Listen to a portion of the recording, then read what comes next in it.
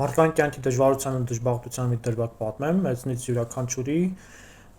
եղելությունը կախված ընտանիքի մերձավորների հարևան բարեկամության, թե լավ առումով, թե վատ առումով, թե լավ բարեկեցության զարգացման ապահովության, թե կործանվելու բան, գործոն է նաև մարդու անհատականությունը, իր մտածելակերպի կյանքի դիմագրավության արդյունքը, նաև մի ուրիշ կարևոր գործոն է, կասի գործոնների կեսն է, պետական համակարգը, իր բանկային տերոր, հարկային տերոր, մոնոպոլ գներով, բիզնեսմեններով, այդ առումով մի դրվագ պատմեմ, խոսքը մի 35 տարեկան երիտասարդ կնոջ մասին է, ամուսնալուծված մի 15 տարեկան տղայի հետ, որոնք Վարձով են ապրում, ճիշտ աշխատանք ունեն խանութ բան, բայց բանը ինչու՞մն է, այս իրավիճակում, որտեղ պետությունը իրեն դրսևորում է որպես ասպատակի ճակուպան, որ գալիս է ոչ թե նվաճում մնում է, որ լավ ապրեն, թողնում է իր հպատակներն էլ լավ ապրեն, այլ որ ռեյդ անում, թալանքով թողում գնում է։ Նույն տրամաբանությանն էլ բիզնեսն է, եկեղեցին է, մոնոպոլ գներն է, բանկերն են։ Հիմա դեպքը, որի այդպես ակնհայտ եմ եղել, Երևանի մոտակայքի բնակավայրերից մեկում է, այնտեղ լետնի դոմիկ տենց պատվիրատուն է տեր ուզել, հազատուն էր սարքել, այդ հայատը պիտի լետնի դոմիկ կառուցեն, քարից, կավից, այնտեղ իրա կամինով, բիսեդկով, ամեն ինչով, այս 1-3 շաբաթվա գործ էր, այդ բնակավայրի մոտ, որտեղ որ տան տերն էր, տենց ռուսերեն Պ-ի նման տեղա, որտեղ մի 7-8 հատ տուն է։ Դիմացը մի հարգանի այդ 50-ական թվերի գյուղի տուն էր, որը Վարձով էր ապրում 35 տարեկան բաժանված կին իր 14-15 տարեկան տղայի հետ։ 10,000 դրամով էր այդ տունը Վարձով վերցել, դե հասարակ տուն է, մի 8-10 մետրի վրա, կրանտը դուրսը, տուալետը տան հետևը, դրսի մուտքը տուալետն էր, այնտեղ տան կպած մի 2 մետր 2 մետրի վրա բաղնիքի նման բան էր, որտեղ ցինիկով ջուր են տաքցնում, այնտեղ էլ ինգենան հետևում։ Հիմա բանը ինչն է, որ այդ տան տերը կողնել տուն ուներ, այնտեղ են ապրում, այդ տունը չեմ հիշում ոնց է իր ձեռն դել, բարեկամներից մեկինն էր, ու Վարձով տվել էր 10,000 այդ երիտասարդ կանոջը։ Դե որ ապրանք տանում բերում էինք մեկ-մեկ այդ տունն էինք մտնում, հազարի ժանկետ էինք առել, դատարկ տուն էր, նորակառույց, այդտեղ էինք մնում, որ շատ չգանք Երևան գնանք, ժամանակ էինք կորցնում, 10 մինչև տեղ էինք հասնում Դեզդեն, ապրանք էինք առնում, օրվա կեսօր էր դառնում, համար մեկ-մեկ գիշերներ մնում էինք, հաջորդ օրը իրիկուն էինք գալի, մի 3-4 հոգով էինք։ Հիմա այդ դեմանալուց տենում ենք, որ այդ մեր տղա, գիշերվա 11-ին հոգնած տրակած գալիս են, մի քիչ իրենց են հետևում, քնում են, առավոտ տենց 7-7-ից կես տնից ելնում են, այնդ մի 15-20 րոպեով որտեղ ճանապարհ էր պիտի հասնեն մի տեղ, այդտեղից Երևանի տրանսպորտ, գյուղից Երևանի տրանսպորտ եկողը, հետո Երևանի մեջ պերեսատկա իրենց խանութը, գործի տեղը, ոբշեմ այդ Վարձ տված այդ տերը, որ Վարձով տվել է, միշտ գալի ասում էր, այդ ապրանքները միշտ գցեք ստեղ այնտեղ, այնտեղ այդ տամբորները պիտի գնան, այնտեղ ձեզ կտամ 20,000 դրամով, հիշեցնում այդ կնոջը 10,000 դրամով էր տալի։ Վերջը շաբաթվա վերջ դա այդ մեր տղան վեշերը հավաքվին, այնտեղ մի երկու հատ վերմակ դոշակ, մի երկու չամանտան վեշ, մի երկու հատ մանր մոնատան բուշկա, տողին գնացին այդ մեր շինարարական ապրանքը տեղ տեղավորին։ Այդ տան կողը մի հատ տատի էր միշտ նստում, տենց թույնոտ թախոտ սկսեց վիրավորված մեզ էր նայում, ասում է վերջ հետ կնկան լարիկ, 2 տարի ապրում էր, ձեզ ինչ էր կանգառում բանման, երկու անգամ ասելուց հետո ասի, բայց դա ով է լարել, այդ տանտերն է ասել, իրեն գնում են, որ ազատ չմնա, ձեր ապրանքը եկեք տեսեք, ասում է, այս բան չկա, գալի ասում է, դի թանգացնեմ, այնա ուզում են, ոբշն, դիպիշ արեց, հետո այդ տան տիրոջ հետ խոսացինք, ով որ մեզ այդ Վարձով տունը տալիս էր, ասացա, բա տվել եմ, պիտի գաքել իմ տունը ձրի ռեմոնտ անեք, դա ձրի, մի երկու բան էլ անտեղծ ու ձրի ասին, վերին կմպցրինք, ճամփինք, ոբշն, այդ տատին միշտ գալի գնում էր, տենց խեղճուր կրակ կնիկ էր, ինձ համար գործին անում խանութում գալի գնում են, ով ինչ է խանգարում Դեզդեն, մի քանի անգամ ասելուց հետո, այնտեղ քիչ-քիչ պատմեց, այդ ամեն եղելությունը շատ կարճ ներկայացնեմ, բանն է, որ այդ տատի երիտասարդ աղջիկը տատի գյուղացի էր, որը կողի գյուղից էր, որը մյուս կողը հարս էր գնացել, ու ամուսնանալուց հետո դե գյուղի տուն, Դեզդեն, գործազրկություն, ամուսինը սկսել է խոպան գնալ, հիմնական խոպան ա եղել տարվա մեջ մեկ էլ կարճ ժամանակով, տենց տարիներով խոպան ա եղել, ու փաստորեն մի 13-14 տարի խոպան գնալուց հետո վերջի 2 տարվա մեջ կապվում է գործերը դզվում է, կապվում է այնտեղ մեկի հետ, այնտեղ ամուսնանում է, ու այդտեղ ու հերնում էր, որ այդ հարսին տարիներով պայել են, մի տղաներ այդ հարսը։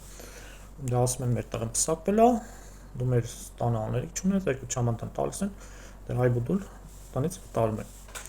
Գնում է հայրական տուն, ստացվում է ինչ, որ խոստի բերել են մի կուշտ փորով, այնտեղ բանող համբալի, այնտեղ կարգավիճակում էլի, համբալի այդ մի կշփորով մի հատ падվալում մի անկյունում քնելու կարգավիճակով մարդ է էլի, ու հաշվի չեն առել, որ խոսքի գործազրկությունը, մարդախոպանները, ինչ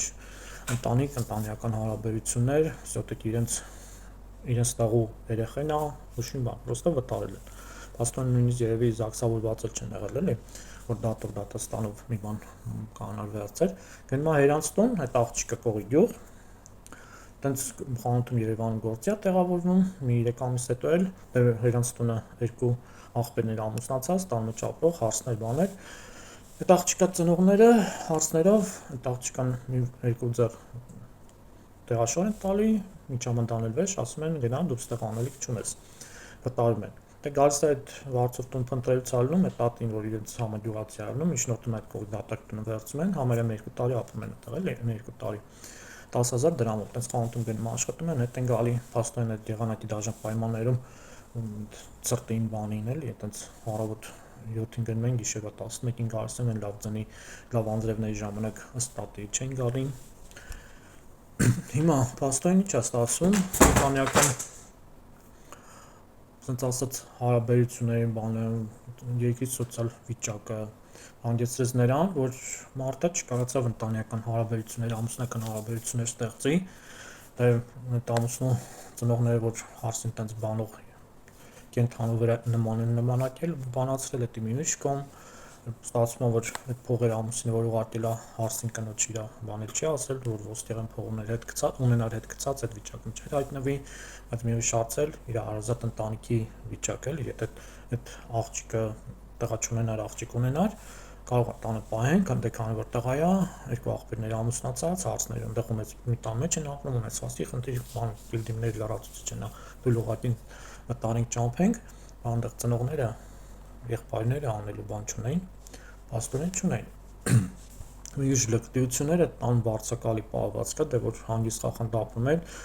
10,000 դրամով ամսական վարձ են տալի, բայց ձմեռ ասենք տակասում 3 հատ տունը մի 8-10 մետրի վրա տուն էր։ Ինչևէ, վարձ են տալի, հիմա մեզ լավություն արեք 20,000 դրամով, որ քանի որ մեզ լավություն արել, մենք էլ ձրի իր տունը պետք է ռեմոնտ անենք, այնա ձրի ինչ պետք է իրան ասենք, ավել էլ ասենք, ցեն չանեց, այնտեղ թողեց փախավ, հիմա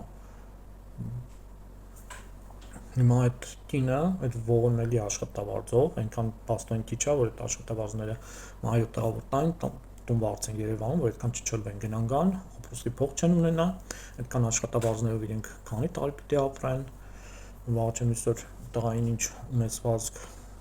տուն տեղ դնելու ինչ հնարավորություն ունեն, մենցա որ մարդը ստի տուն տեղ ունի, էլի նորմալ տղան էլի ամուսնանալը խնդիր է, որտեղ պիտի լավ փող աշխատի, սովորելու մասին խոսք չկա, որտեղ եթե սովետի ժամանակ կամ 19-րդ դարում մարդը սովորում էր, մի քանի անգամ 5-10 անգամ իրան վճարելի գումարը շատանում էր, մասնագիտական հմտությունները բերում ավելի շատ էր փող աշխատում նույն ժամանակ ծախսելով, քան թե